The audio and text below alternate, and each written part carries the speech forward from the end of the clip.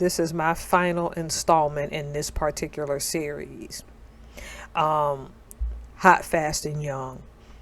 See, for many years, I was naive enough to believe that my generation was one of the worst, and that if it didn't change, it was going to continue to get worse. Don't get me wrong. The recording artists coming up now and some of these young actresses show way too much skin. So, in some aspects, the showing too much flesh and being proud of the fact that you've done so, while simultaneously hitting the wall as we get older. When I say the wall, I mean the wall comes for everybody, male or female, but it just comes for women quicker due to our short amount of time of fertility. But I'm not going to go much into that. What I want to touch on is Cordelia, the story and the story of Cordelia Jones.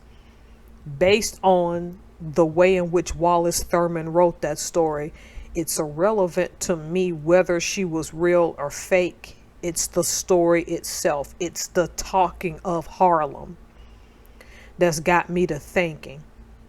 A lot of this stuff that's going on now piggybacked off of things that happened many years ago past slavery. And again, Harlem, I will give Harlem its props.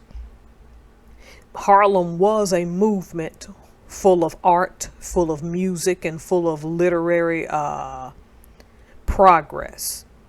You got to see the best of what Black Americans and even blacks from the Caribbean contributed to that movement.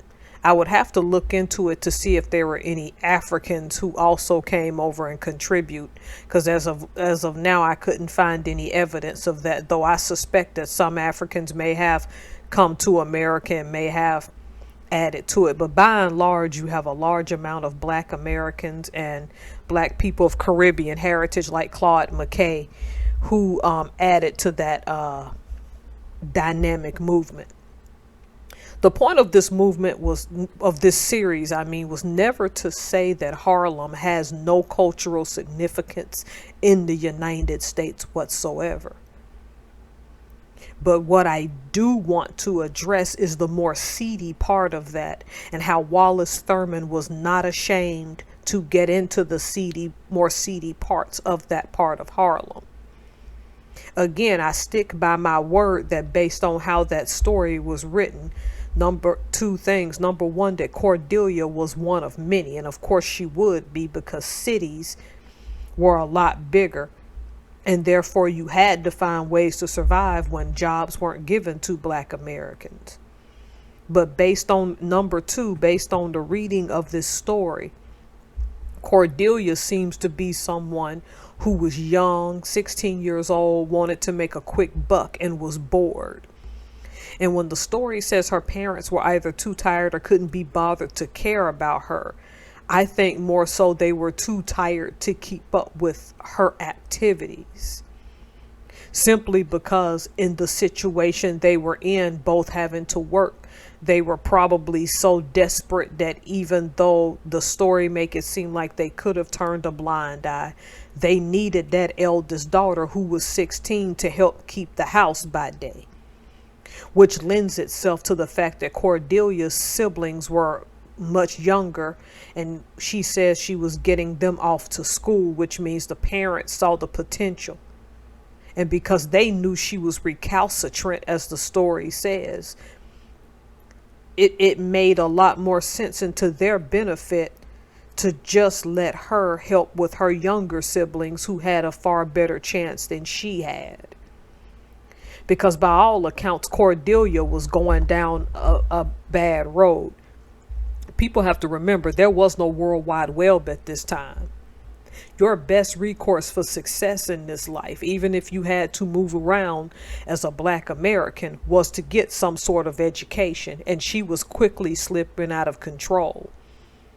But even in this modern era, when we have online school, lots of young girls are still opting out or are functionally literate. And then they get to an age where they realize they're pretty and their bodies are going to make them more money than their brains. And there's still a disconnect between this generation and the past generations, that there's a time when your looks will fade, and that time will come quicker than you think it will. And while you're hot, fast, and young, and you're the hottest thing right now, you will not always remain the hottest thing. But Wallace Thurman's Dick character, as he put it in this story, is someone who was a gentleman, to show her that she did not have to put up with that, but that she was choosing to. Because some of this comes from, like, these girls being molested as little girls, and their best way of dealing with it, numbing that pain, is getting back out and doing the very bad things to them that someone else has also perpetrated on their bodies.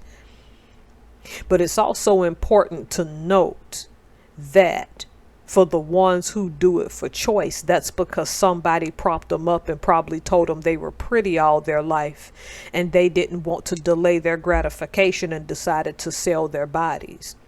Again, prostitution is one of the oldest, like, professions that there is, and there's always been a stigma around it.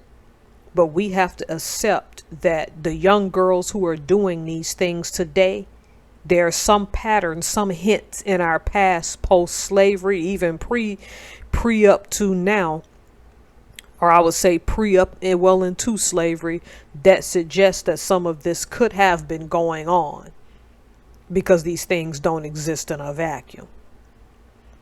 Because now you got these women who have beautiful young children who are under the age of 5 now, and they have no qualms about teaching those kids nasty lyrics that they shouldn't know. But while those girls can sing those songs, can they spell their own name on a piece of paper? Can they read, write, and say their numbers up to 100?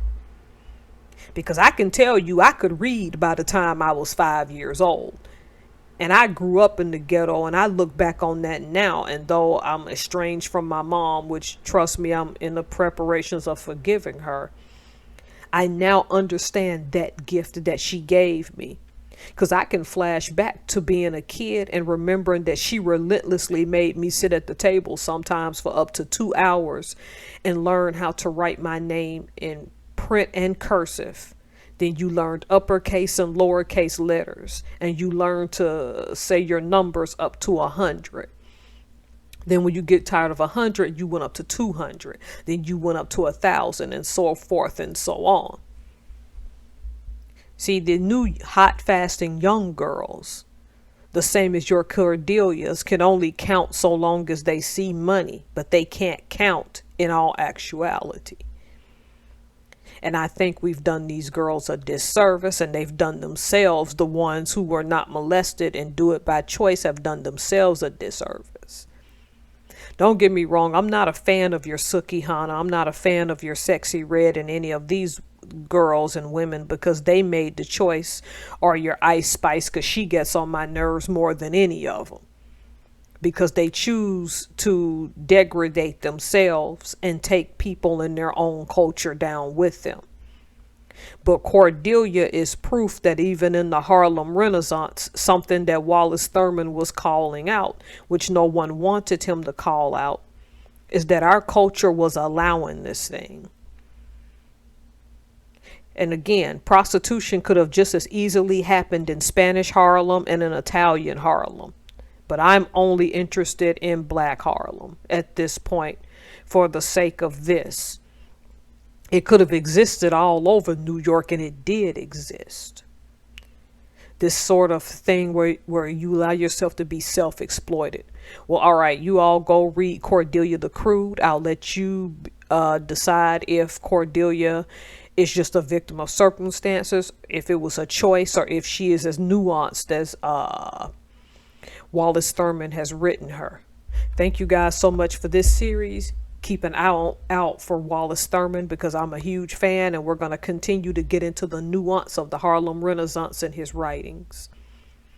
All right, go read Cordelia the Crude if you haven't, or if you disagree with anything I say, put some comments down in the comment section. I'm interested in knowing what you all have to say about Cordelia the Crude, and if you think I'm right or wrong.